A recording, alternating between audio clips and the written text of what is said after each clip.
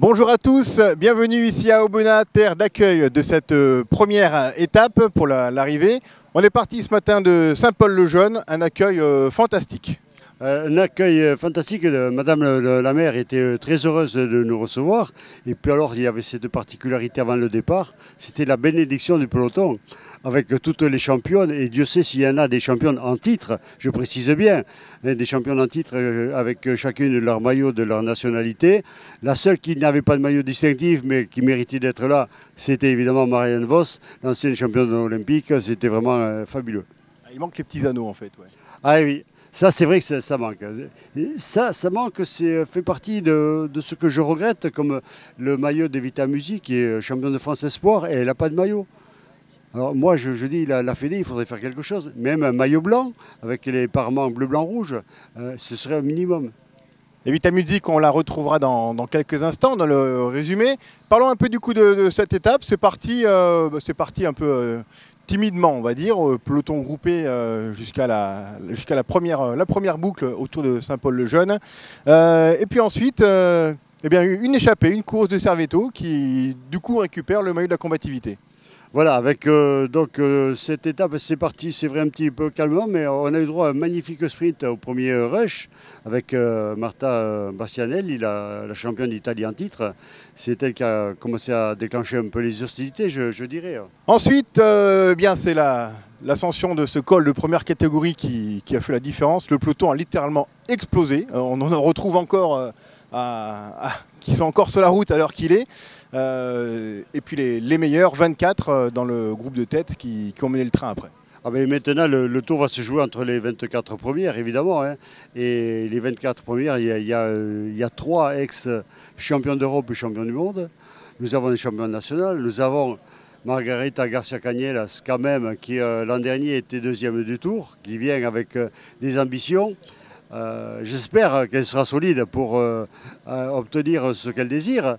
Mais déjà, Marianne Vos, elle a marqué d'entrée cette première étape avec une victoire fabuleuse, quoi.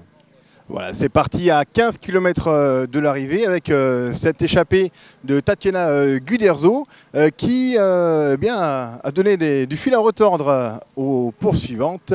Et puis c'est Marianne Vos qui décide de sortir à son tour. Derrière, ça se regarde. On essaye de vouloir faire rouler tout le monde, mais personne ne veut prendre la responsabilité de la chasse. Et finalement, la pauvre Tatiana, j'ai envie de dire, parce que quand on voit Marianne Vos revenir à côté de soi, on se dit, là, je crois que deuxième, c'est bien. Oui, mais quand même, n'oublions pas qu'elle a été championne du monde. Hein. C'est pas n'importe qui. Alors, elle peut espérer lutter à armes égales, mais Marianne, elle est vraiment au-dessus du lot en ce moment. Elle l'a démontré d'ailleurs sur l'étape du Tour, by le Tour.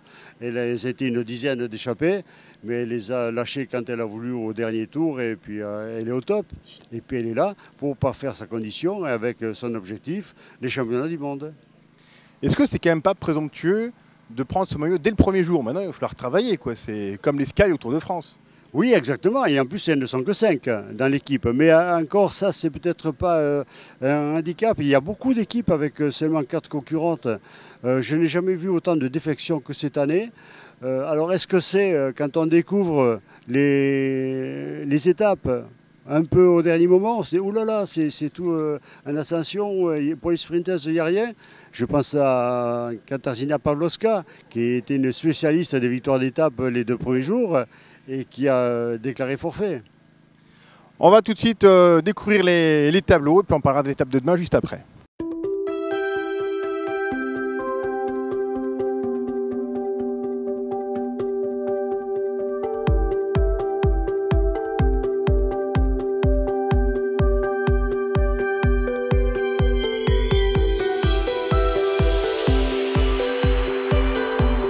À 15 km de l'arrivée, quand vous partez seul, Marianne Vos vous rejoint à 5 km de l'arrivée. Qu'est-ce que vous vous dites? C'est un duel de championnes, on se montre qui est la meilleure?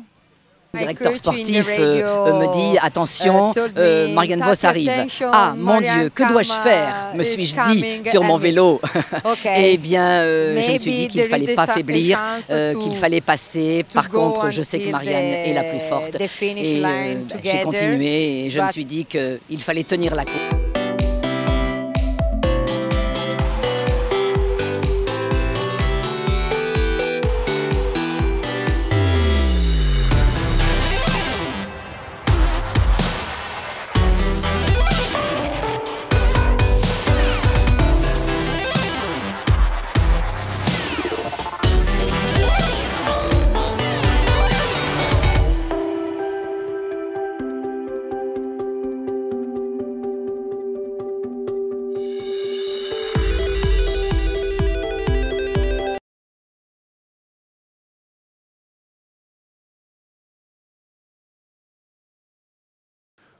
Je vous attendais pas honnêtement avec le maillot aussitôt. Le plus dur maintenant, ça sera de le conserver jusqu'au bout.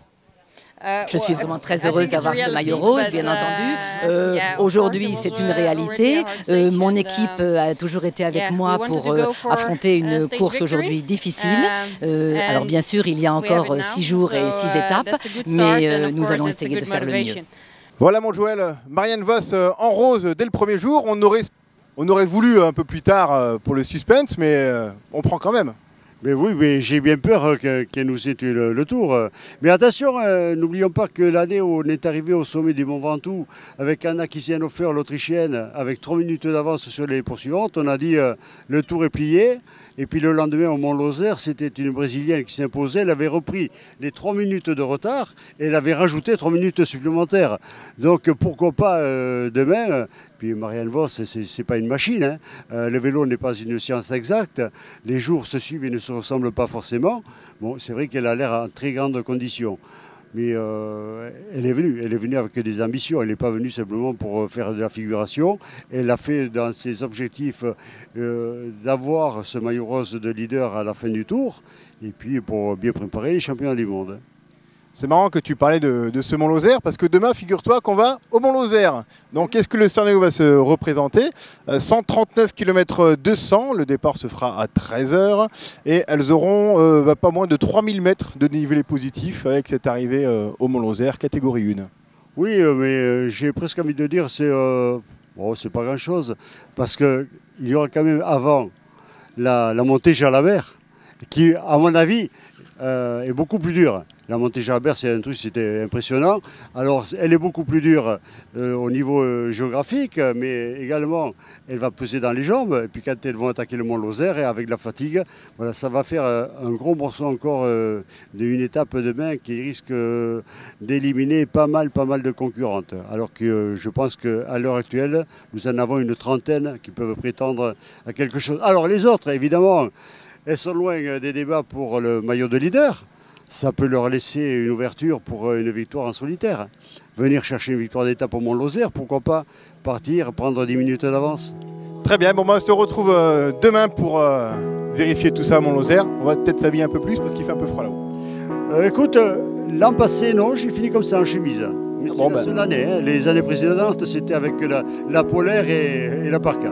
C'est tout ce qu'on souhaite. On se retrouve demain, mon Joël. Bonne soirée à tous et on va se reposer. Allez, bonne soirée, merci à toi. Merci beaucoup.